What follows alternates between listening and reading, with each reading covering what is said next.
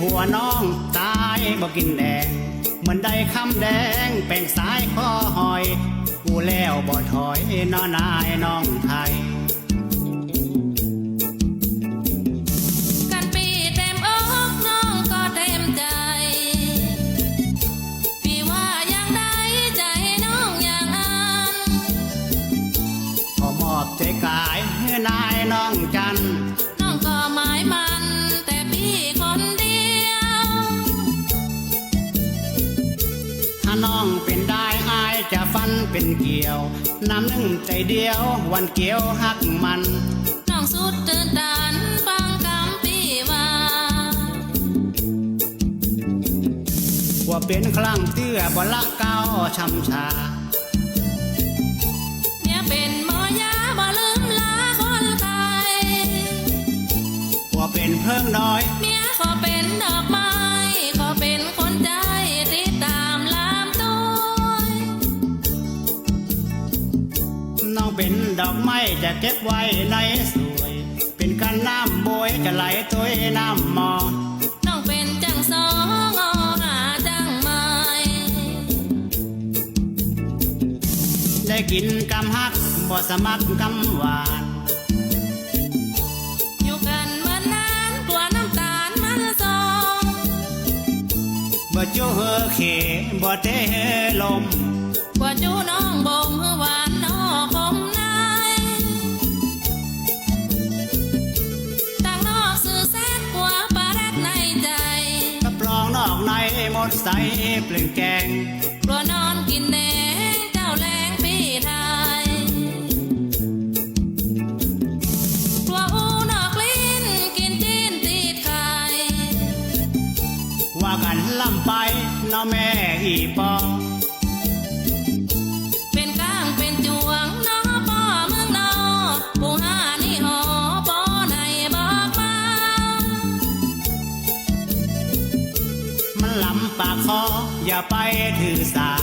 ตั้งแต่ดาว่าทุ่มเข้าบ้านเอาเอ็ดมาใส่กันอย่าแล้วโมโหอย่าไปโอนักคือดักท้องสู่เอาถึงบ่จูได้ผัวแบบอีแอวบ่เป็นเวลากินบ่เป็นตีสู่หูอย่างนี้ตั้งไผ่ตั้งมันตั้งแต่วันนี้บ่มีอย่างกันผู้หาพี่อามมานอกใจเมียใดไปเลยไปเจ็บใจเช่นลา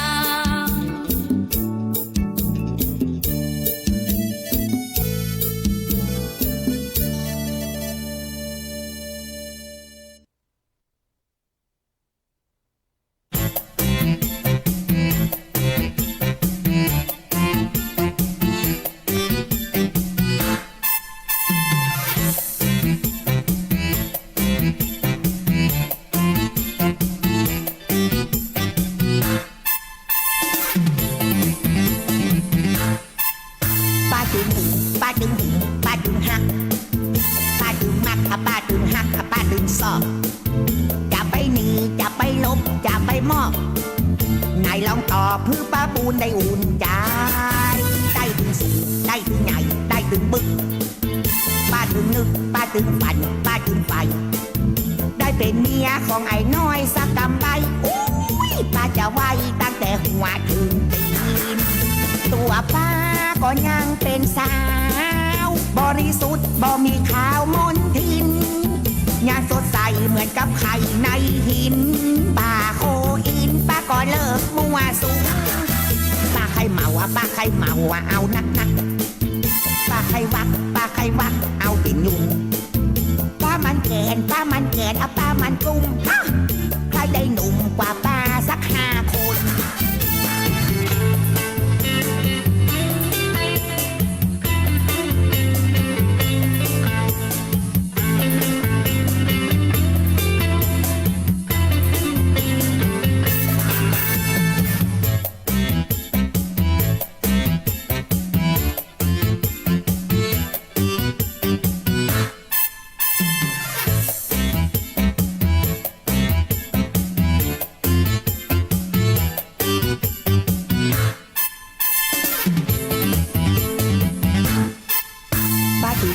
ป้าตึงหึงป้าตึงหัก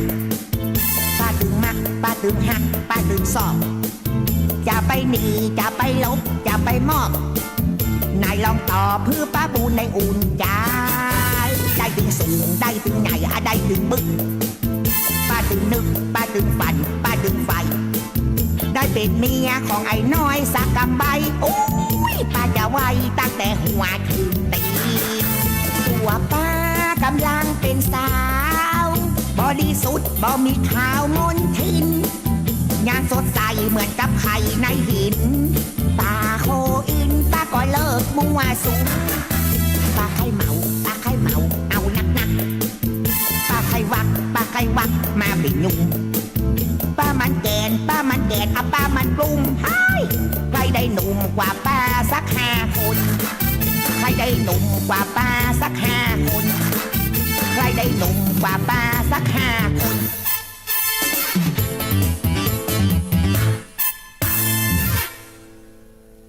สวัสดีเจ้าซื้อสินทินล้านนามาแล้วเจ้าแอลชุติการเราชัยรายงานตัวตอน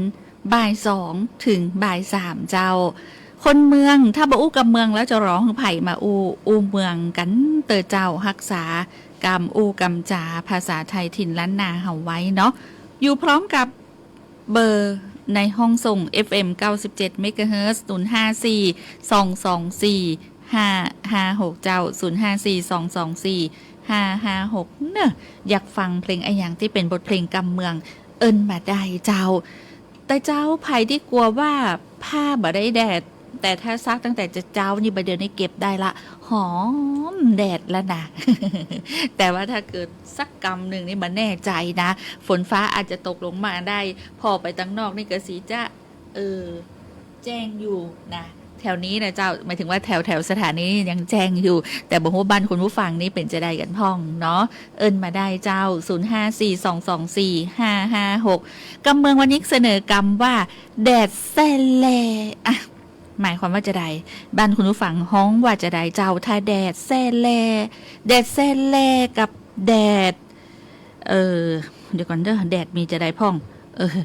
แสงแดดเจิดจ้าเขาจะว่าจะได้ดีฮะแดดแซ่แลแดดแตะแดดว่าเนาะแดดอันอย่างฮะถ้าฮ้อนยิ่งว่าแหมอย่างถ้าคำว่าแดดฮ้อนยังปอหันแดดที่เขาจะว่าจะได้ดีฮะอ่ะบ้านคุณผู้ฟังอูจะได้แม่มอนเจดีสาวอูว่าจะได้ยายกิ่งแก้วอูจะได้บอกมากำดุถ้าแดดแซ่แลแดดบักค่อยแต้อย่างงี้ แดดแต้อีเนาะอ่ะสวัสดีเจ้าครับผมวิทูลใจผมนะครับขอโทษของวิทูลใจผมได้ขออะอย่างก็เจ้าของวิทูลใจผมแม่อ๋อได้ค่ะเอิ้นมาจากที่ไหนก็เจ้าเนี่ยครับศพปราบเนี่ยศพปราบโอ้บ้านอะอย่างเจ้ากำลังเนี่ยดังดานนี่ได้พักผ่อนอ๋ออยู่ที่ด่านศพปราบเนาะได้พักผ่อนได้เจ้าหน้าที่ตำรวจเเดี๋ยวก่อนนะขอเพลงอย่างเจ้าส่งกำลังใจเด้อวิทูลใจผมของเนี่ยอย่างไรเด้ออย่างไรได้ผู้หมวดจากผู้หมวดอะอย่างจ้าสมบัติฮะผู้หมวดสมบัติโอ้ตกใจเลยอยู่ตามศพปราบนี่เอาละเจ้าวิทูลใจผมเด้อได้เจ้าเดี๋ยวส่งเพลงเด้อของวิทูลใจพรมของวิทูลใจพรมไอ้ไม้ดีเจไม้เดี๋ยวไอ้ไม้เซาะฮือเนาะของวิทูลใจพรมอีนะส่งกำลังใจให้เจ้าหน้าที่ตำรวจโอ้พออูถึงจื่อนี่นะจื่อเหมือนเจ้าหมูแม็กเลยนะแม็กนี่คือว่าเป๊ะเลยนะแล้วก็บอกว่าเอิ้นมาจื่อเดียวกันทำการตกสะเกิดเลยขนคิงลุกนะจ๊ะแต่ว่าเจ้าหมูนี่บ่ได้อยู่บนโลกใบนี้ละแล้วแต่ก่อนนี้อยู่ที่โซปราบตัวนะ อยู่ที่โซปราบตัวแล้วก็ชื่อนี้ตัวนะแล้วก็วันนี้เป็นวันคล้ายวันเกิดตัวเนอจำได้แม่นเลยวันที่20มันก็20 สิงหาคมถ้าบัดแม่นากะ แม่นากะอันอย่างมาจับเป๊ะเหมือนเตะไว้เนาะถ้าเกิดว่าคนบะเก่าบนว่านะมันอย่างมาตรงกัน พอดีเลยเนาะอาภัยที่มีวันเกิดในวันนี้หรือว่าวันคล้ายวันเกิดในวันนี้เนาะก็ขอฮือเฮงขอฮือปังสุขภาพกายสุขภาพใจสมบูรณ์แข็งแรงแบบ100%ฟังสื่อสินทินล้านนาแอลชุติการเหลาชัยอูจ๋ากำเมืองล้านนานะกำเมืองที่ไหนปุ้นนะเลยโซป่าไปหน่อยหนึ่งตังสังคเตินนะเนาะ มีไผ่ผู้พ่องเมืองสังคเตินนี่คือเมืองอะหยังไม่ใช่เมืองลับแลหรือเมืองในอะหยังนะแต่อยู่ในหอกในห้วยก็น่าจะแม่นนะนะจ้างเผือกมันอยู่ในป่าเนาะ ขอบคุณนะเจ้าตะกี้บอกว่าไอ้วิทูลใจผมเดี๋ยวอู้ไปตยแล้วใครหัวไปตยยังไม่ใจอย่างนะคือคุณผู้ฟังหายเครียดบ่เครียดนะเจ้าแล้วก็โทรมาได้ที่0542245556เนาะเดี๋ยวก่อนเนอะกำลังจะซ้อของไอ้วิทูลใจพรมเนาะโมโหอยู่ตรงไหนเนอะเดี๋ยวก่อนเนอะบอกว่าเพลงไอ้อย่างก็ได้นะของไอ้วิทูลใจพรมเนี่ยสอบเนาะคนจัดก็สอบเหมือนกันนะเจ้าบอกว่าคุณผู้ฟังชอบเพลงไอ้อย่างบอกได้หมดอันเอาเพลงนี้บอกป้าใจไหลจื้อเนาะเอาบริการปวงชนดีกว่าเลือกเพลงนี้คือกันแล้วกันเพราะว่าอยู่ตีด่านศพปราบเป็นบอกคลายเครียดเนอะอีดูบริการปวงชนไอวิทุนใจผมเจ้าส่งไปตังด่านศพปราบและกาแฟนรายการกู้ปืนตีตัวเนอะ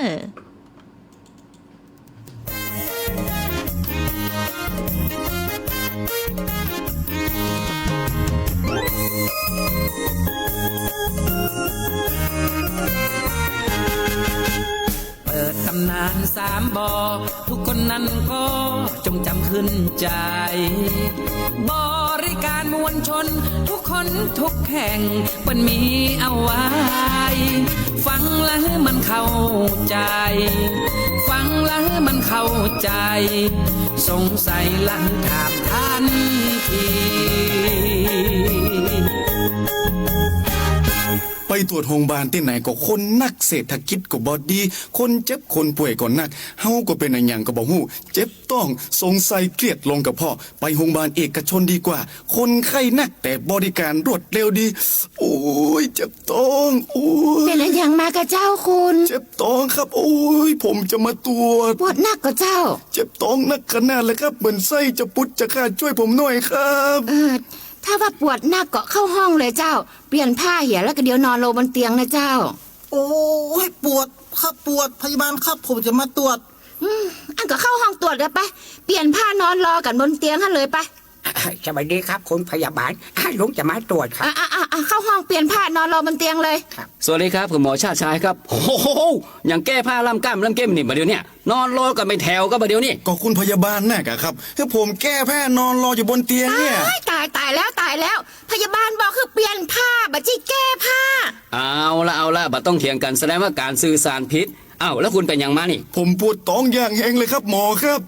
ปวดท้องเปลี่ยนผ้ารอหมอตรวจถูกต้องแล้วคุณผมปวดหัวขนาดครับคุณหมอความจริงปวดหัวมาต้องเปลี่ยนผ้าก็ได้แสดงว่าสื่อสารผิดเนี่ยแล้วคุณลุงล่ะเป็นอย่างคุณลุงให้ลุงจะมาตรวจมิเตอร์ไฟฟ้าครับ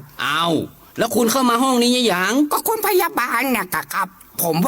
มาตรวจบัดใดก็ไล่ผมเข้าห้องเลยครับแสดงว่าการสื่อสารผิดแหมหมอ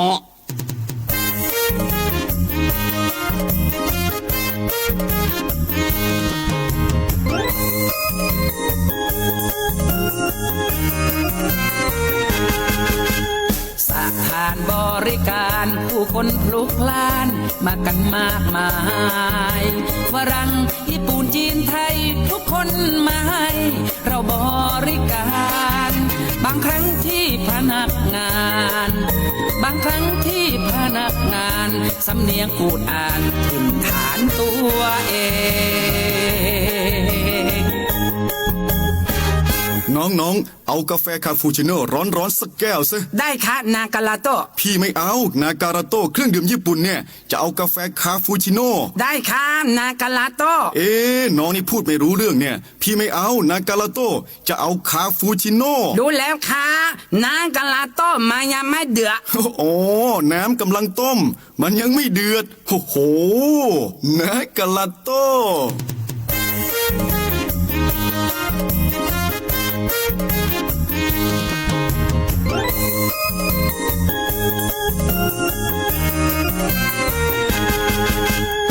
นเปิดบริการแขกทานนั้นก็ให้การอุดหนุนบริการทันใจทุกคนจึงได้นั่งใจของคุณ วันไหนพลาดไปไหว้วุ่นวันไหนพลาดไปไหว้วุ่นขอคุณจงให้อภัย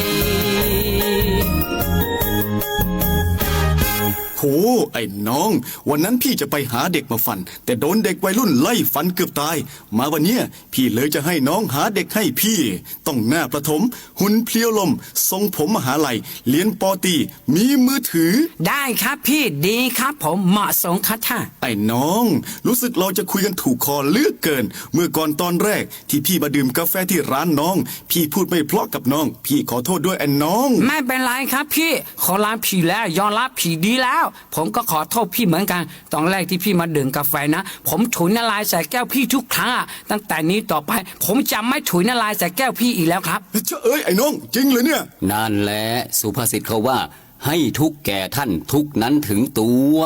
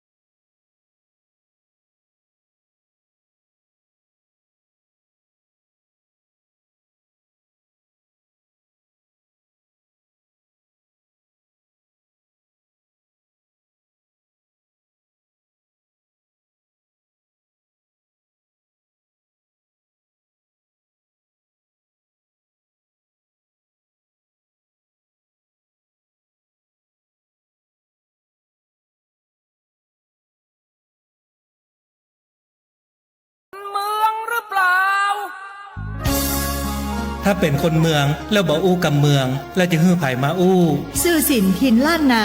สัพเพเหระม่วนยันสันเล่ากับแหวชุติการเหล่าชัยสวทลำปาง FM 97 เมกะเฮิรตซ์ 054 224 556คนเมืองหรือเปล่าคุณผู้ฟังกำลังติดตามรับฟังรายการสื่อสินทินล้านนาคนเมืองถ้าบ่อู้กำเมืองถ้าบ่ฟังเพลงกำเมืองนี่นะก็จะบ่มีไผฟังนะถ้าคนเมืองบ่ฟังแล้วจะฮื้อไผฟังเนาะก็ต้องฟังนะเจ้าคุณผู้ฟังเจ้าเป็นการอนุรักษ์ภาษาไทยถิ่นแล้วก็เป็นการให้กำลังใจศิลปินคนเมืองบ้านเฮาตัวเองเนาะบทเพลงก็จะเป็นบทเพลงกำเมืองล้วนๆที่เปิดในรายการในเจ้าไผ่ขอบทเพลงแนวอื่นมาก็บ่ได้เปิดแล้วเนอะในช่วงของสื่อสินนี่นะขอเน้นเป็นเพลงกำเมืองล้วนๆเจ้าแล้วก็ตะกี้อูถึงแฟนรายการที่อูเอิญขอเพลงมานะ บางบทเพลงเปิดขึ้นมาได้ก็ต้องขอสูบมานะคือหอมปอยห่วมกับคนอื่นไปก่อนเนาะถ้าเปิดได้ตึ้งเปิดเจ้าถ้าเปิดบัตรได้ตึ้งเปิดบัตรได้แต่น่ะ บ่ฮู้จะว่าจะได้เนาะถ้าลิขสิทธิ์เปิ้นแหงเพราะว่าอันหยังเพราะว่าในช่วงของสื่อสินทินล้านนาเนี่ยไลฟ์สดไปโดยอากาผ่านเพจสวทลำปางกรมประชาสัมพันธ์เนี่ยถ้าหากว่าเป็นบทเพลงที่ลิขสิทธิ์แหงนะเจ้าก็จะโดนปิดไลฟ์ไปเอกะเขาก็จะไม่ได้หันหน้ากันเนี่ยกะต่าง Facebook ไลฟ์นะก็จะได้ยินก็เสียงแต่บางพื้นที่เนี่ยเป็นอยู่ไกลเจ้าบางคนอยู่ต่างแดนบางคนอยู่ต่างจังหวัดติดตามต่างเพจของสวทลำปางนะเจ้าทักทายแฟนรายการที่ติดตามต่าง Facebook ไลฟ์ตัวนะเจ้ามีไผ่พ่องคุณขวัญพี่ชายพี่เจ๊กธนัชชามาแล้วสวัสดีเจ้าพี่เจ๊กเจ้าบอกว่าสวัสดีเจ้าน้องแอลคุณขวัญพี่ชัยสวัสดีครับพี่แอลคุณมนชนกอนันตาวราบอกสวัสดีเจ้าดีเจแอลคุณสกุลรักเขื่อนปัญญาเจ้าสวัสดีเจ้าดีเจแอลเจ้าสวัสดีเจ้าคุณขวัญพี่ชัยพี่แอลกินข้าวยังครับผมกินข้าวแล้วครับผมขอบคุณครับฟังจากบ้านใหม่ครับผมนะคุณสง่ารูปน้ำวังสวัสดีเจ้าแล้วก็คุณขวัญพี่ชัยนี่นะเพิ่นก็บอกว่าขอเพลงลำไยของลุงใจครับผมนะลำไยเสสารเนาะพี่แอลครับสุขสันต์วันเกิดผมปีนี้วันคล้ายวันเกิดเนาะอายุ23 ปีครับโอ้แฮปปี้เบิร์ธเดย์ทูยูเดี๋ยวจะกึดอย่างไรก็ขอให้ได้ดังใจนึกเนอพี่แอลเป็นคนสวยงามมากครับ แสดงข้อความนี้ในที่ไทยจะส่งตึ้งเลยเนาะหมายถึงว่ากดปุ๊บส่งปั๊บได้เลยนะก็จะเป็นข้อความแบบเดิมตลอดเลยนะโอ้เป็นคนฮักเดียวใจเดียวนู่คุณขวัญพิชัยนี่ข้อความนี่เป็นให้ก๊อปปี้ได้เลยเนาะ ขอบคุณจ้านักเจ้าแล้วก็แฟนรายการท่านอื่นๆตัวที่ติดตามทาง FM 97 เมกะเฮิรตซ์แบบว่าบัดได้ฟังบัดได้มี Facebook ไลฟ์อย่างเปิ้ลนะตึ้งบัดได้หันตัวดีเจฟังกล้าเสียงอู้กับปอละนะฟังเสียงอู้นี่ยังเกาคนตัวให้ยันน้อยนะนะห้ามมาพอตัวแต้นะถ้าหันตัวแต้แล้วห้ามฮกนี่เด็ดขาดนะ คุณผู้ฟังเจ้ามาติดตามนะเจ้าบอกว่าจะเป็นในช่วงของกำเมืองอู้ม่วนช่วงของเป็นห้องไหวอย่างสุภาษิตล้านนาสุภาษิตกำเมืองก็มีมาฝากคุณผู้ฟังตัวเจ้าช่วงสุภาษิตกำเมืองช่วงสุภาษิตกำเมืองวันนี้เสนอกำว่าเวนตันพันข่วยนะถ้าเป็นคนเมืองเป็นจะจะแต่ที่คุณผู้ฟังหันในFacebook Live เนาะก็จะพิมพ์เพื่อเป็นภาษาไทยกลางเนาะก็จะเป็นเวนตันพันข่วยนะเวนตันพันข่วยคือมันโวยนะคุณผู้ฟังประเดี๋ยวนี้กลับในติดปีกโวยนะจึงบอกว่าสั่งสมบุญไว้นักเนอะกึดดีทำดีสิ่งดีๆโดยมาเจ้าเนาะอันนี้ก็เน้นย้ำเนาะก็คือละความชั่ว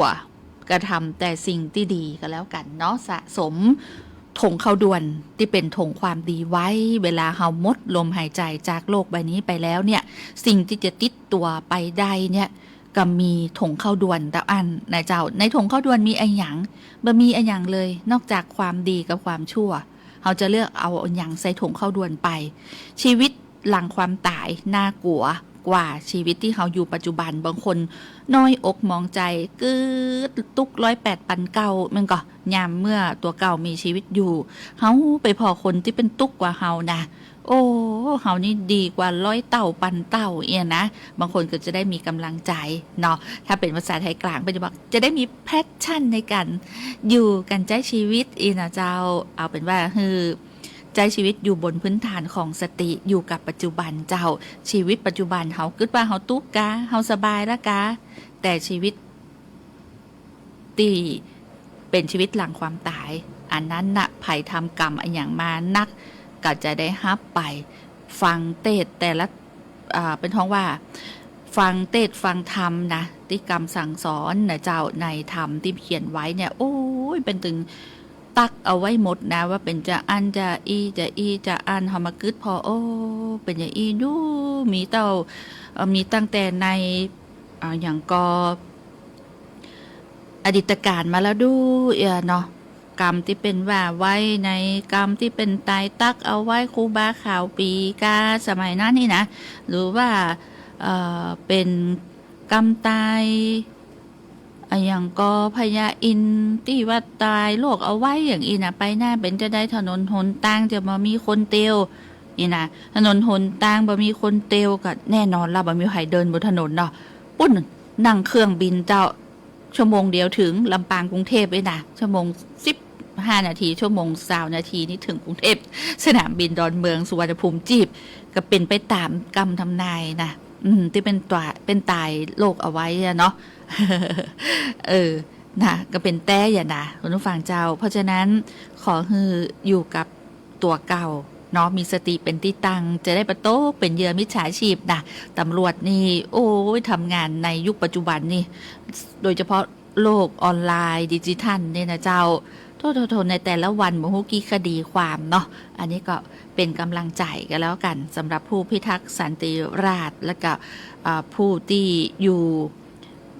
ตามแนวตะเข็บชายแดนหัวของชาติทหารเนาะทุกนายตำรวจทุกนายที่ทำหน้าที่รับใจพี่น้องประชาชนเนี่ยเนาะคือบริการพี่น้องประชาชนเนาะแล้วก็รักษาอธิปไตยของประเทศชาติไว้เว้นตันพันข้วยกับบอกเลยนะว่ากรรมเนี่ยมันติดปีกอุ้ยง่ายเนี่ยกรรมเนี่ยที่เขาทำบดีไว้เนี่ยก็จะตามเขาตันเร็วตัวโดยพลันนี่เลยอ่ะคุณผู้ฟังเจ้ามันก็เว้นตันพันข้วยอ่ะมาต้องรอถึงจัดงานเนี่ยวันนี้ชั่วโมงนี้วันผูกเดือนนี้เดือนหน้าปีนี้นี่ละคือเว้นตันพันข้วยนะอันนี้เป็นสุภาษิตกำเมืองที่นำมาฝากคุณผู้ฟังในวันนี้เจ้ามีข่าวสารที่ต้องอูเอิญซึ่งก็เป็นข่าวสารนโยบายภาครัฐที่พี่น้องประชาชนจะต้องรู้หรือมีข่าวสารอันอย่างที่อัปเดตใหม่ๆก็จะอูเอิญบอกต่อคุณผู้ฟังนะเจ้าต้องขอแสดงความยินดีนะเจ้ากับท่านอธิบดีกรมประชาสัมพันธ์นางสุทุไทยเลิศเกษมนะเจ้าที่บอกเลยว่าได้รับการโหวตนะเจ้าคือเป็นประธานการประชุมใหญ่สามัญสถาบันพัฒนากิจการวิทยุโทรทัศน์แห่งเอเชียแปซิฟิกหรือที่เขารู้จักกัน AIBD นะอันนี้มี GC ขึ้นมาแห่งนะคุณผู้ฟังเจ้าซึ่งท่านอธิบดีกรมประชาสัมพันธ์นะเจ้าก็ได้กล่าวเปิดการประชุมเนาะซึ่งเป็นการประชุม AIBD General นะเจ้าคอนเฟอเรนซ์ครั้งที่23อย่างเป็นทางการเจ้าที่โรงแรมบิยอนกาตะนะเจ้าซึ่งท่านอธิบดีก็ได้มีการต้อนรับผู้แทนจากประเทศ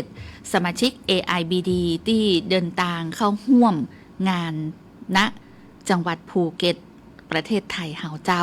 โดยแสดงความยินดีที่ประเทศไทยโดยกรมประชาสัมพันธ์ได้รับเกียรติเป็นเจ้าภาพจัดการประชุมในปีนี้และกับประกาศหัวข้อ หลักของการประชุมประจำปี 2568 ก็คือ สื่อเพื่อประชาชนสันติภาพและความมั่นคงซึ่งสะท้อนพันธกิจ AIBD ในการส่งเสริมสื่อที่รับผิดชอบตันสมัยและก็ส่งผลเชิงบวกต่อสังคมในยุคที่เทคโนโลยีและปัญญาประดิษฐ์ AI กำลังเปลี่ยนแปลงภูมิทัศน์ของวงการสื่อสารมวลชนเจ้ากรมประชาสัมพันธ์ในฐานะสมาชิกที่ยืนหยัดกับ AIBD มาอย่างเมินละนะเจ้าแล้วก็มุ่งมั่นที่จะใช้พลังของสื่อเพื่อส่งเสริมความเข้าใจระหว่างกันบอกว่าจะเป็นความมั่นคงการพัฒนาที่ยั่งยืนในภูมิภาคนอกจากนี้ยังได้อู้ถึงกรณีที่ผู้แทนจากกัมพูชาซึ่งเป็นรองประธานที่บ่สามารถเข้าร่วมการประชุมในเตื้อนี้ได้โดยเน้นย้ำถึงการให้ความสำคัญของการทำงานของไทยบนพื้นฐานข้อเท็จจริงตามหลักกฎหมายระหว่างประเทศเพื่อรักษาความเข้าใจที่ถูกต้องและความสัมพันธ์ที่ดีระหว่างประเทศสมาชิกทุกประเทศเจ้าการประชุมในเตื้อนนี้ยังมีการหารือประเด็นสำคัญอย่างเช่นรายงานยุทธศาสตร์ของ AIBD สำหรับปี 2025 ถึง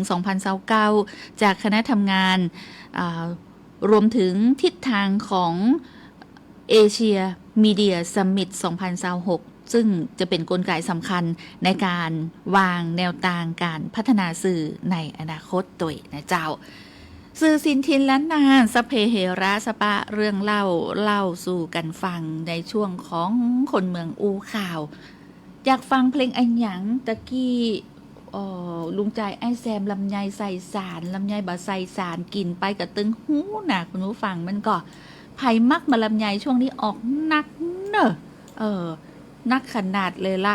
ลำไยนี่นะสวทลำปางของเฮานี่กินตึงวันกินประเภทว่าท่านผอ.เดือนอินต้าของเฮานะเจ้าผอ.สวทลำปางเนี่ยโอ้โหเป็นเชฟให้ลูกน้องเป็นทุกอย่างให้เธอแล้วนะแปลงบะลำไยแปรรูปเพื่อกินลำนะเอาไปทำเป็นอย่างหุ้งก่อขอเล่าหน่อยหนึ่งคุณผู้ฟังเจ้าพอเอาไปแปลงวุ้นบะลำไยลำปะโทเนี่ยคนงามเนี่ยกินลำเนาะคุณผู้ฟังเจ้าพอนี่ใบฮื้อไผ่ได้ยุ่งเลยนะแป่งคนเดียวเจ้าแป่งคนเดียวพร้อมเสิร์ฟวันนี้เนื่องจากว่ามีการลงคะแนนเลือกตั้งคณะกรรมการสหกรณ์เนาะคณะกรรมการสหกรณ์ออมทรัพย์กรมประชาสัมพันธ์ซึ่งสวทลำปางก็เป็นหน่วยเลือกตั้งที่สมาชิกทุกคนเนี่ยจะมาลงคะแนนในวันนี้นะเจ้าแล้วก็ทยอยกันมาลงคะแนนเนาะได้เสิร์ฟกะบะลำไยกับจากสวนในของอย่างก็สวทเนี่ยที่มีอยู่1ต้น2ต้น3ต้นเนี่ยนะแล้วก็เป็นบะลำไยที่ปลอดสารตัว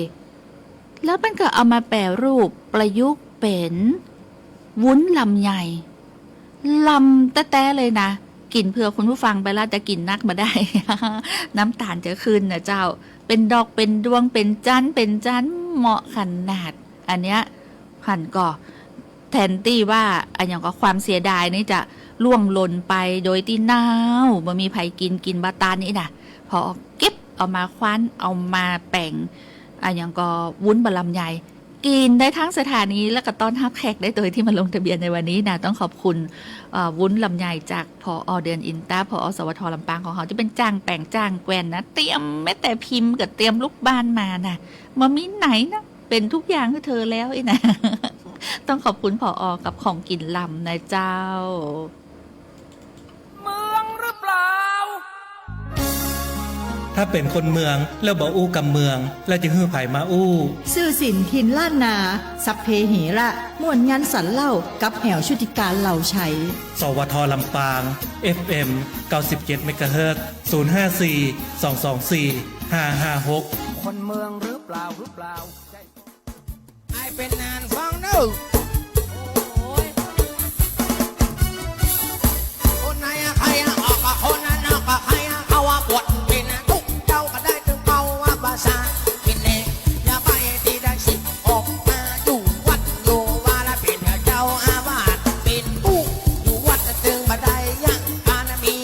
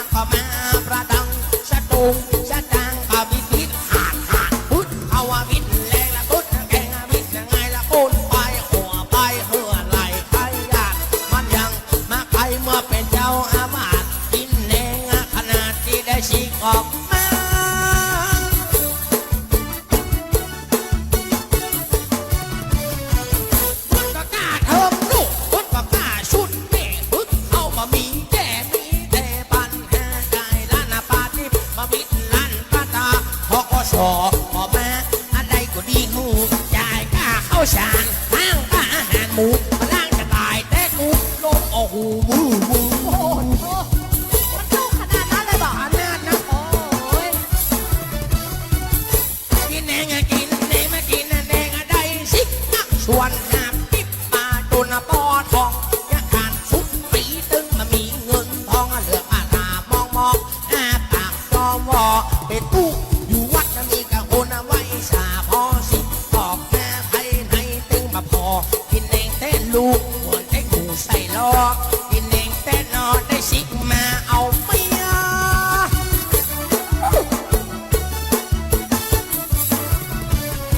มีชาวบ้านก็ซื้อเกลือ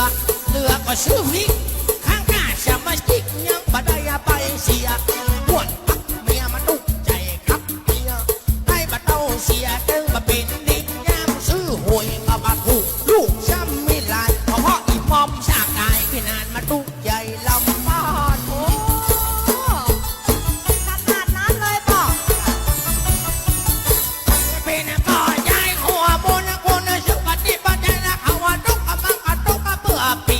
ว่าใจเขาดุกไม่ได้อยู่ดีอีกเด็กมังกะดุกว่าปีคำกุมสองเต้าเพิ่งจะไปดักแดดพังห้องแน่ดำบางห้องละพลำเขาตูนก็เช่าโอ้ถอยใจเขาดุกนุ่มสองเต้าว่าใจหาเล่าก็กับแมงและอีมอมไม่ยาล้ำเหลือคนเป็นหมอใจหัวบนคนสุขที่พอใจเขาตุกมันก็ยังมีลายห้องก็เลี้ยงหัวห้องก็เลี้ยงควายมันตุกมีลายแต่บอกน้องเจ้าว่าใจเขาตุกมาได้อยู่ดีมันก็ตุกไอ้ยาว่าอย่างเมานันโอ้โหว้าวยัง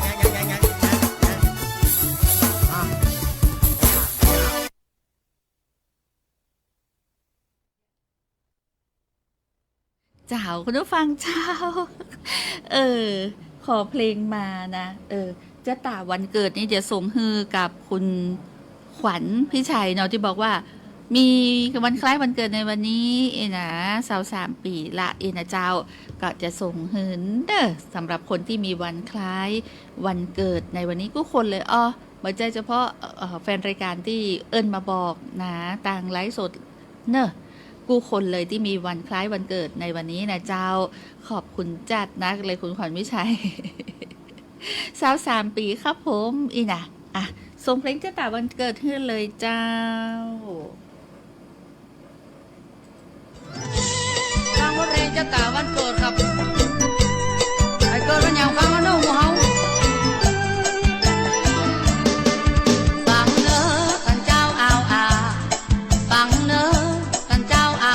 ไอ้ที่จะนึกตำตาจะตาว่าเก่านำมาเล่าว่าไผเกิดวันอย่างลองตากันฟังว่าจะเตะก่อนถามว่าหมอว่าถูกใจพอถึงมาอภัยเนื้อนายน้องพี่ไปเกิดวันที่พ่องครับยกคนหลายคนคนเกิดวันอาทิตย์เป็นเจ้าความคิดจิตฮอนเสียหน่อยชอบการแต่งตัวใจสตังบ่อยเป็นคนบ่ชอบเก็บหอมแต่ขยันหมั่นเพียรละความหักนั้นกะเป็นคนเนื้อหอมขนาดเป็นไม้บ่ตันเกินตอนรับรองแน่นอนบ่าวจะมาหาจริงเสน่ห์แรงครับมันติดจะกินตัวหนูหนึ่งวันจันทร์ครับคนเกิดวันจันทร์อารมณ์อ่อนหวานจิตใจโอนอ่อนขยันหมั่นเพียรบอกค่อยพักผ่อนว่าอนาคตเขาดีในเรื่องความหักคิดหวังบ่อยครั้งหาคนจริงจังบ่มีตำหาบอกไว้เข้าที่สุดท้ายจะมีเมียหนุ่มจะแควนหน่อยวันจันทร์ได้เมียหนุ่มแต่ถ้า14นี่ติ๊กออกหนูวันอังคารครับคนที่เกิดวันอังคารมีความต้องการร้อน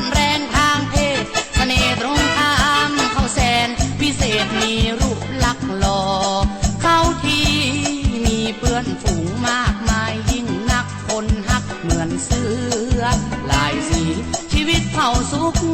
โคดีสุดท้ายจะมีเมียแก่ต้องเสียใจครับไม่ใช่แก่85นะแก่แล้วเขาน้อยเดียว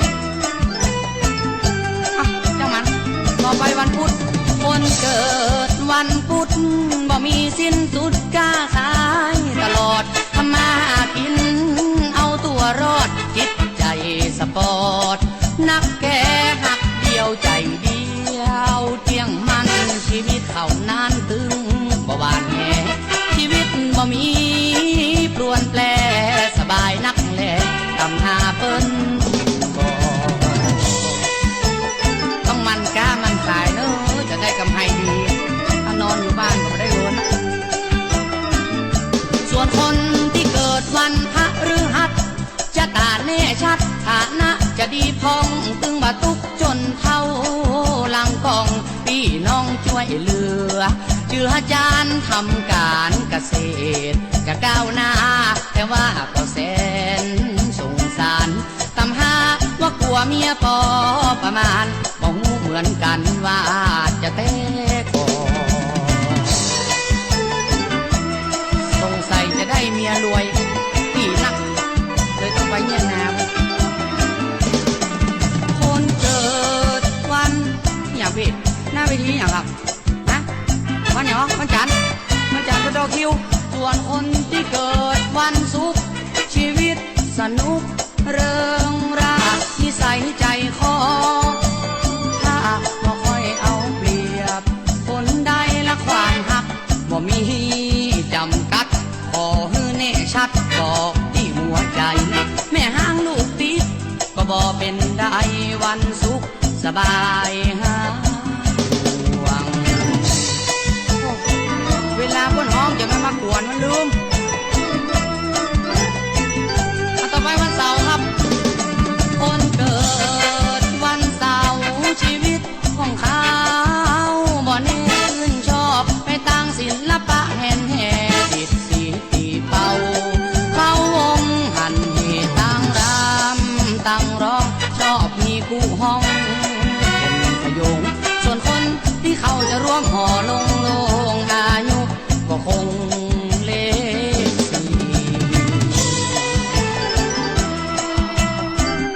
จะได้เมียบอก40ฝ่ายบ่ต่อไปวันสุดท้ายครับคนเกิดวันศิลทำมาหากินยังก็ยากจะไปกินจีนก็ซ้ำจะกลัวเป็นบาปก็เลยก็ได้กินลาบหัวในเรื่องเล่าเรื่องดีซ้ำหายสินเปิ้นห้ามไว้พอหาคอหลังลูกเมียบ่มีได้อยู่ลำพังเลยได้กินกะจอพักกะสงสัยไอ้ตัวที่อยู่หน้าเวทีเนี่ยเกิดวันศุกร์โอ้โหวันจันทร์น้ำร้องกะได้กะคนเกิดวันจันทร์อารมณ์อ่อนหวานจิตใจโอนอ่อนขยันมันเพียรบ่ค่อยพักผ่อนว่าอนาคตเอาดีในเรื่องความหักคิดหวังบ่อยครั้งหาคนจริงจังบ่มีทำหาบอกไว้เขาทีสุดท้ายจะมีเมียวันเกิดมอบเพื่อกับคนที่มีวันคล้ายวันเกิดในวันนี้อย่างคุณขวัญพิชัยนะเจ้าแฟนรายการที่ติดตามทาง Facebook ไลฟ์ที่บ่ได้เอิ้นหาบางทีคุณผู้ฟังข้อความมันขึ้นมาจ้าอินเนอร์ก็ต้องขอสู่มาตัวอินเนอร์อาเม้งเมืองรถม้าคุณขวัญพิชัยแล้วก็โอ้อันนี้นี่เหมือนกับว่าแปลงจุ้งจาอยู่ปื้นเก้าไม้หรือปื้นเก้าล่างนะมีการว่าพี่แอลครับเปิดเพลงซอคิดถึงงานวัดเลยครับโอ้ยได้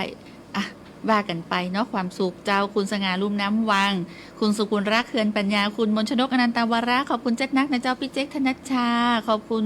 ทุกท่านติดตามลามตัวในช่วงของสื่อศิลป์ถิ่นล้านนาในวันนี้กับแอลชุติการเราชัยนะเจ้าวันพุธเข้ามาปากันแหมใหม่เพราะว่าสองสาวคนงามเลิงสาว 2,000 ปี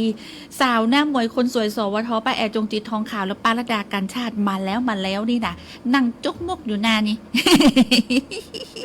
มันนั่งโดยการนี่นะแต่โดนบอกว่าห้ามส่งเสียงดังนะ การเลยเป็นกันเลยนั่งพอน้องแอลอูอยู่นี่อบอยู่คนเดียว วันนี้ลาไปก่อนนะวันพูกปากกันใหม่ สวัสดีเจ้า ถ้าเป็นคนเมืองแล้วบ่อู้กับเมือง แล้วจะฮื้อไผมาอู้ สื่อสินทินล้านนาสัพเพเหระม่วนงานสรรเล่ากับแอวชุติการเหล่าชัย สวทลำปาง FM 97 เมกะเฮิรตซ์054 224 556 ประเทศไทยและเครือข่ายทั่วประเทศ